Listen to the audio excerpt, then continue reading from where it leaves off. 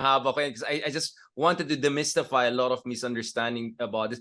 First of all, what do you think about digital surveys? And because I mean, I've observed many digital surveys and they give wildly different outcomes.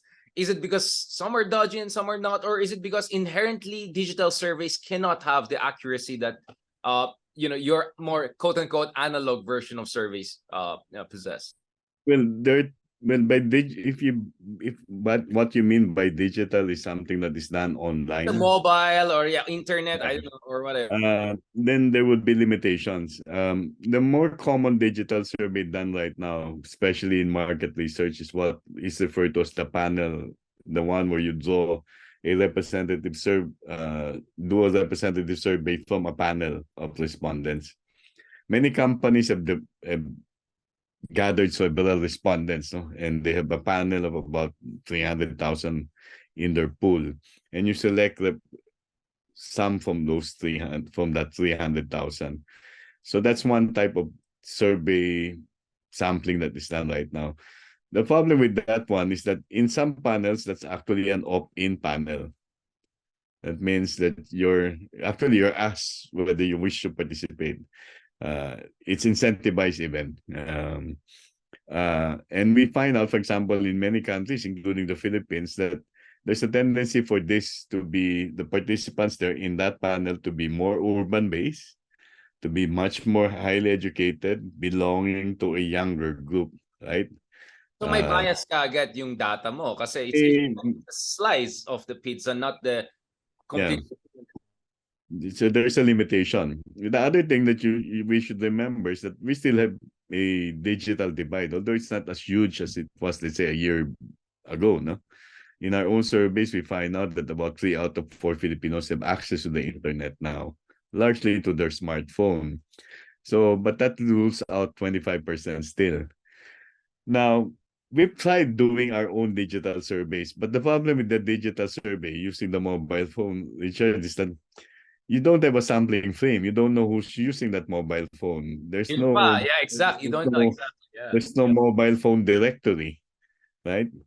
We tried reaching out to mobile phone providers, the service providers, to ask them just basic questions. How many subscribers are there in regions 1, 2, 3, 4, 5, 6, 7, 8, 9? What are the age distributions?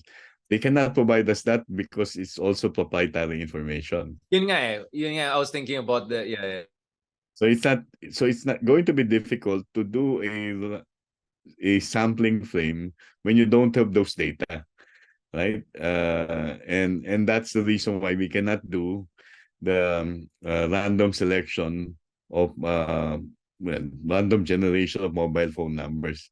So I was telling one group, for example, a family has 5 mobile phones, but one mobile phone holder might be a 16-year-old guy, who we're not supposed to be interviewing.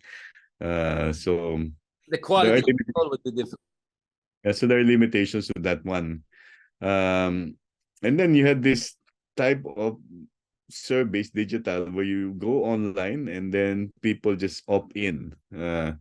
That's the least probabilistic because, again, that's convenient. No? Basically, may self-selection bias. The ones who wish to participate will participate. Mga people lang nasa sample, but they're not necessarily a representative of the broader voting population. As I said, malay mo yung 12-year-old na B-boy is voting for 4 different person or whatever, right? Also the now. Nevertheless, I noticed in the last elections, hindi masyadong malayo maraming mga digital surveys dun sa mga sinasabi ng Pulse Asia. Is that a coincidence or is that like, how do you explain that? I mean, there were dodgy surveys. I'm not gonna name names, like sobrang layo. Pero a lot of them were not too far from what we saw with Pulse Asia or SW. Yeah, might be a coincidence, might be a function of whatever statistical balancing or treatment they did. But I would say that, it would be hard to see whether that one can be replicated, no? Because it really depends on what their methods are. Unfortunately, Richard, I don't know what the sampling methodology of those surveys were. Maybe I should interview them also on that. No, but you guys in Pulse Asia are not thinking of doing a kind of a digital supplementary We we are, but it's basically what we do is what other survey organizations do. We ask our respondents of prior surveys whether they're willing to be interviewed either face to face or online subsequently. But you have to build that huge database. We learned that we did that during the pandemic, because during the pandemic it was really pretty hard for us to do a wow. face-to-face interview. We actually missed 2 rounds of our quarterly survey because of the pandemic. But again, the gold standard is still face-to-face interviews worldwide. It's not done in other countries because it's Right. expensive, but it remains the gold standard in doing surveys. Now, I think that's it perfectly for my next question. Now, you already said your thing on so your argument is that with the problem with the digital kind of mobile base is that you already have a selection bias there because you're reaching out to people you don't even know their age who have access to cell phones and all. Now, we saw the explosion of the so-called Google Trends in the last elections, and similar arguments were made against it, right? Including by yours truly. I mean, obviously, you're looking at people who have access to internet, reliable internet throughout time and throughout space. And then the other thing is Google Trends just looks at whether you're interested in a certain topic. So I may be interested in, looking at what's happening with person X, but because maybe I hate that person, that's why I'm checking that person, right? Not necessarily because I want to vote for that person. What is your take on the whole Google Trends discourse? And as someone who does legitimate surveys, how do you feel about that? I know this is where the contentious part comes in, but I think we really have to honestly talk about it. Yeah. I've read some articles in scholarly journals that basically look at not only Google Trends but also Facebook postings, social media postings, Data, yeah. as means of predicting voting behavior. But what they do is that it's not just on a specific time frame, not just during the election period. They look back across time. They look at postings, let's say, several years back. They look at the consistency in order to determine the political inclination of a particular individual who tends to be, well, in a sense, it's a complete digital footprint. And it's not just using a search at a particular point or period of time in Google. So it's a study in itself that's longitudinal. And I don't think that we have that capacity that people who said that Google Trends can be predictive in the Philippines did that work. They basically just work with the data that you can find in Google Trends, like what is the rate of searching for a particular candidate, which we found was also not that significant in terms of frequency. Yeah, because you're looking at just less than 100,000 searches for a particular period. And So, not necessarily representative, right? Because these are people who have access to Google, proper. Not representative, and does not in any way indicate really the political leanings of those who are searching. So if you wish to do that, then you have to do a much more thorough sentiment analysis, working with all the platforms. No? But that's much more difficult now, no? Given all of the privacy settings that have been set up. Especially with Apple, right? If you're using Apple, kasi medyo mas restrictive siya in terms of not being tracked, etc. So so what you're saying is that in theory, metadata or big data analysis could be helpful, but Google Trends, as it was deployed in the last elections, was just a surface level, very essentially slice of that kind of approach, or methodology. So you're saying metadata could work, but Google Trends was not exactly a full consummation of that methodology. Yeah, and you need to do some sampling also for that metadata to be really truly representative also, and that's another thing. I'm not someone who is capable of doing that, but I think those who are in big data would really need to define how, because the problem was that many of the so-called data analytic people who predicted that it would be a close contest were really quite off, no, in terms of prediction. In the last, they said that in France it worked, and then in other countries it worked. But in the Philippines, it definitely was far from what we saw.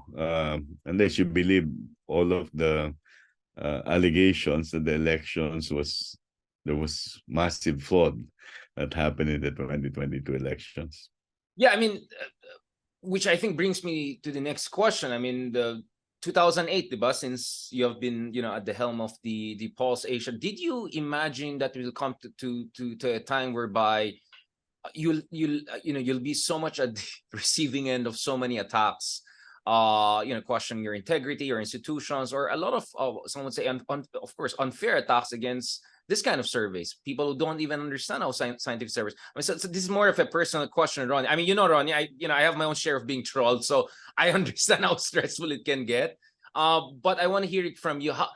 How difficult what is, because the reason I say this, Ronnie, is because I know you, and many of us, your colleagues, know you as someone who has fought for democracy throughout decades. We know you're someone who cares about democracy, who fought for the progress of civil liberties and political rights in this country. So I can imagine, I mean, kung ikaw isang corporate person, you're really in it for money, may annoy ka lang. But if you're a person who are doing service and at the same time you have this long, lifelong commitment to democratization and freedom in the country, like I suppose it's doubly painful, right? I mean, how did you feel about all of those attacks against Pulse Asia in particular? Because you're the most prominent survey agency. I mean, presidents respond when there's a Pulse Asia survey. They don't necessarily respond to other surveys, no offense to them, but when Pulse Asia comes out, people respond, right? Big people respond. So you guys really matter. But unfortunately, with mattering also comes a lot of attacks, including from people that we expected more from, to be honest about it. Well, yeah, actually, the one that has much more of an impact in terms of your own mental health would be the ones who you think know you better and yet do not in any way trust or even question your trustworthiness in this case. And it's become a bit more toxic, specifically as the elections progress. It was the same also. In 2010, we were being accused of being Dilawan. In 2016, we were being accused by the Dilawans of being Bayarans. In 2022, we were also being accused of being Bayarans. Now that I don't know what the accusation is right now. But as you said, Richard, the thing is that regardless of what we find out, and in many occasions I've told close friends, I tend to disagree with the findings, but we don't have any choice but to release the findings, whether we agree or disagree with it, whether we think that this is the appropriate voting behavior or opinion on the issue. It's just that we stand pat on the integrity of the process. We believe that this is a systematically done survey. And as an academic organization, we are bound to disseminate the results and face the criticism from peers. If there are flaws in the methodology, there is a flaw in the question, then we will work towards refining those methods and those questions. But if the attack is on our personal integrity, then that definitely, I think, is basically below the belt. Yeah, there was a lot of below the belt, including by some of us who try to question, the questioning of your integrity. We noticed how toxic things could get over there as well. At least you're saying that was not the first time 2010 pa lang na feel niyan. But I think last election was pretty difficult because it came from a side that perhaps you would have expected to have more sympathy for academics, independent-minded people, and Democrats for that matter, like how did you cope with it on a human level? Like, I'm sure it was, like what, you started cooking, doing vlogs, like my whole vlogging was my therapy, right? It's like, I'll do vlogs, right? Let's go for it. This is my therapy. What's yours? No, cooking has always been a therapy for me, even when I was in school administration. So it's one way to take my attention away from all the problems that I did not in any way create. So I did more cooking, but there were occasions when I could not anymore cook because I was definitely affected by all of the criticism, especially from people